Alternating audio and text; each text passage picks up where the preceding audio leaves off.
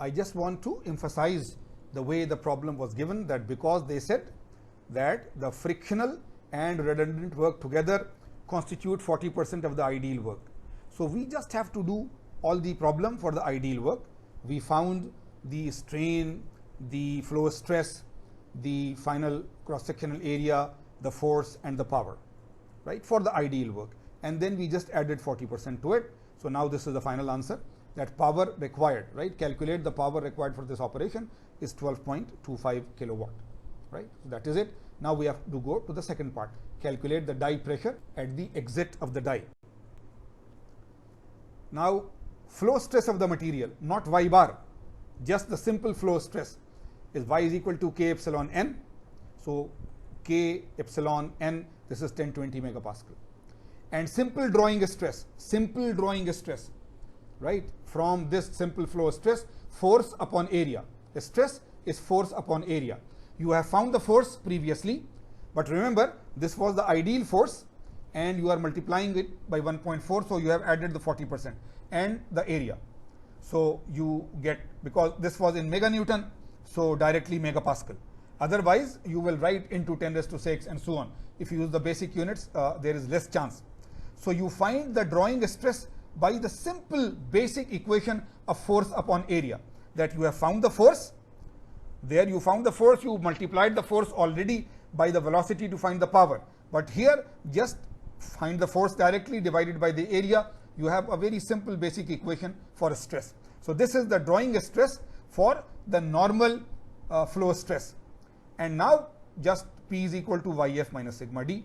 YF you have already found out, YF you have found out, and D you have found out. So the pressure required for this wire drawing is 530 megapascal. Okay.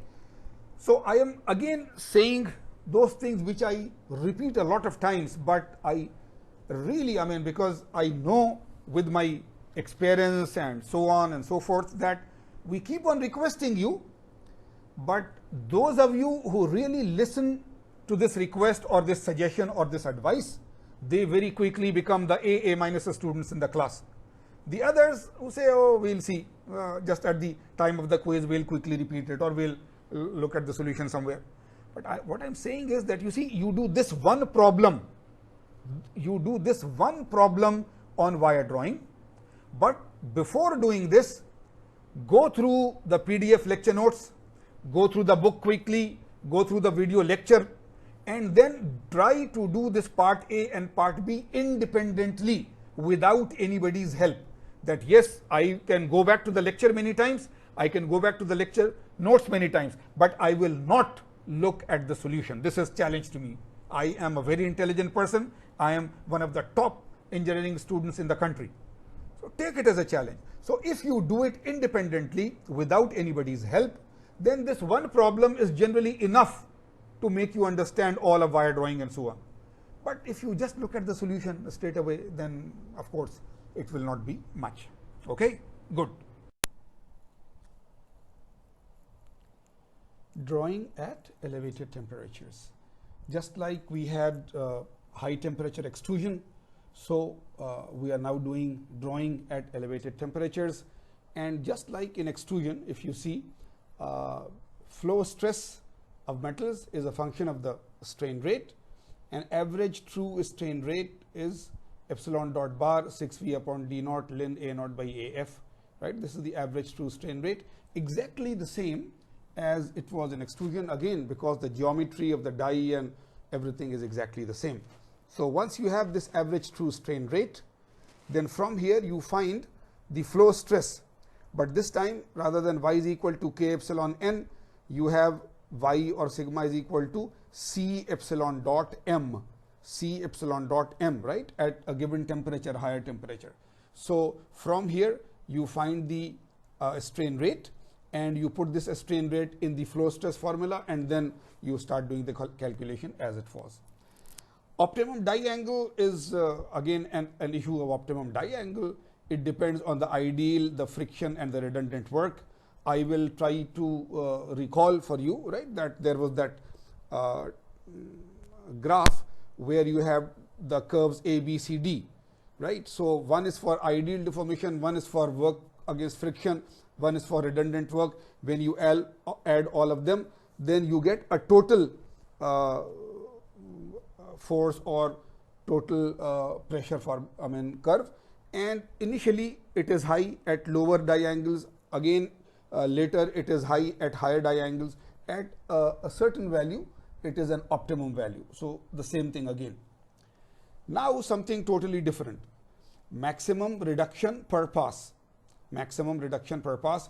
If you remember, like in rolling or in forging, if you have to do a lot of cold work, 50% cold work, then at one time if you try to do it, you may break the tool, you may break the die, there may be cracks on the material and so on. So therefore we always advise that in one pass do say only 15-16%, then in another pass do another 15-16% and so on, right?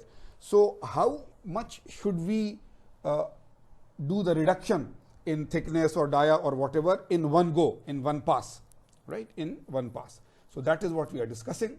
As reduction increases or the amount of cold work percentage increases, the drawing stress increases. Therefore we don't want to do it all in one go, so in one pass. Now for an ideal case of a perfectly plastic material, remember perfectly plastic material, you have on the stress strain diagram, you have the straight line region for the elastic, and here you have at the end of this the yield point. Now if then the yield point remains constant, then this is a perfectly plastic material. Otherwise it will go increase and it will be a linear strain hardening and so on. But elastic, perfectly plastic means the maximum stress is now only the yield point. Now sigma d is the same as the previous equation, y ln A naught by AF. But this sigma d cannot be more than the yield point. We just said it is a perfectly plastic material. So all through deformation, the maximum stress is only y. So therefore this y ln A naught by AF only reduces to y for a perfectly plastic material. Okay.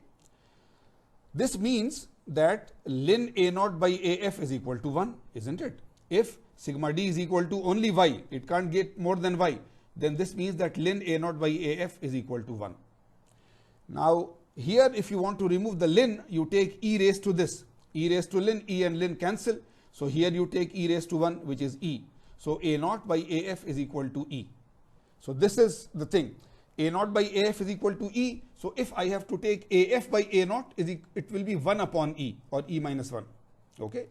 Now the reduction per pass, reduction is change in area upon area, isn't it? Area reduction is change in area upon area.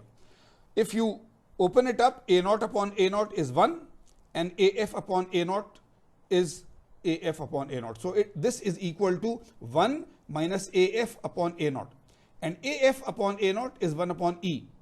So this reduction per pass equals 1 minus 1 upon E, and if you put the calculator value, then this comes out to be 0.63 or 63%,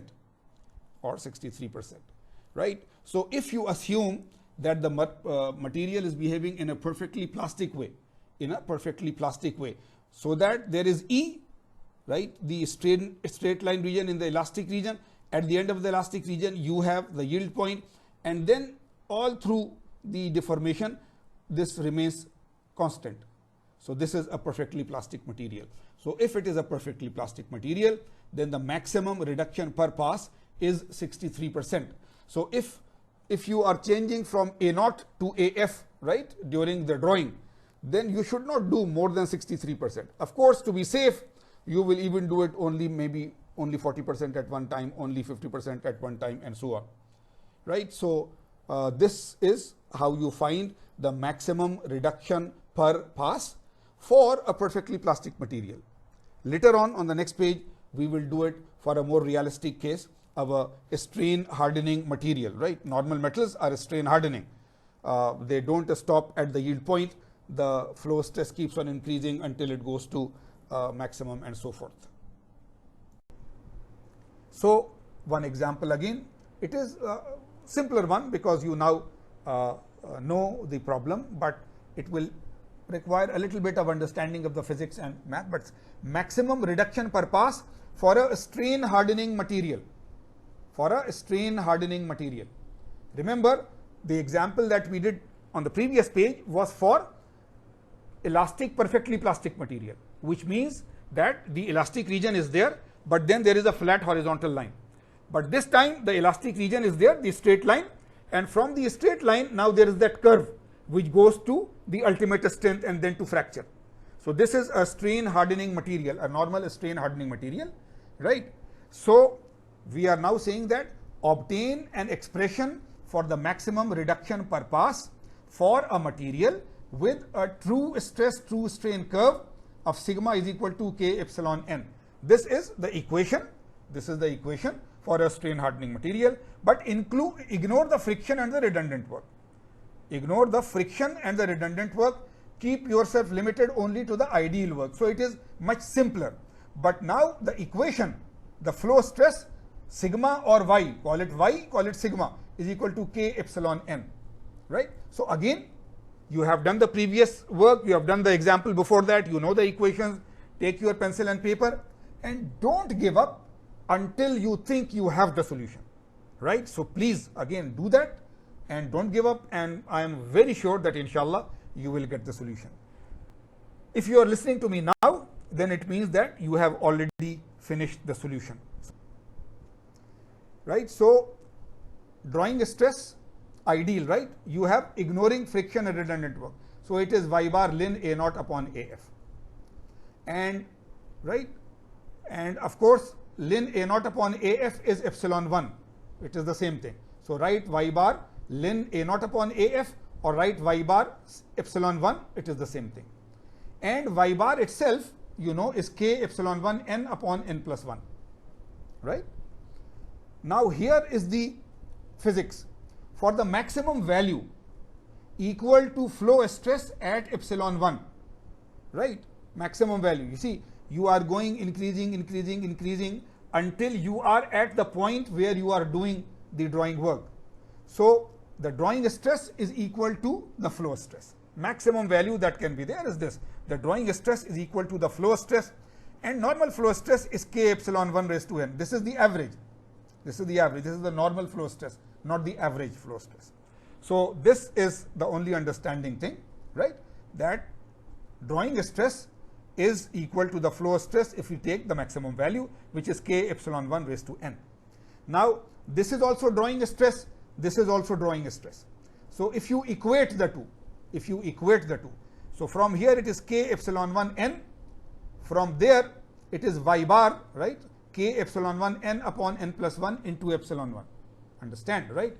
So on one side you have k epsilon 1 raised to n, from the other you have k epsilon 1 raised to n upon n plus 1 into epsilon 1, right? So this is just from this very basic mechanics understanding of the problem.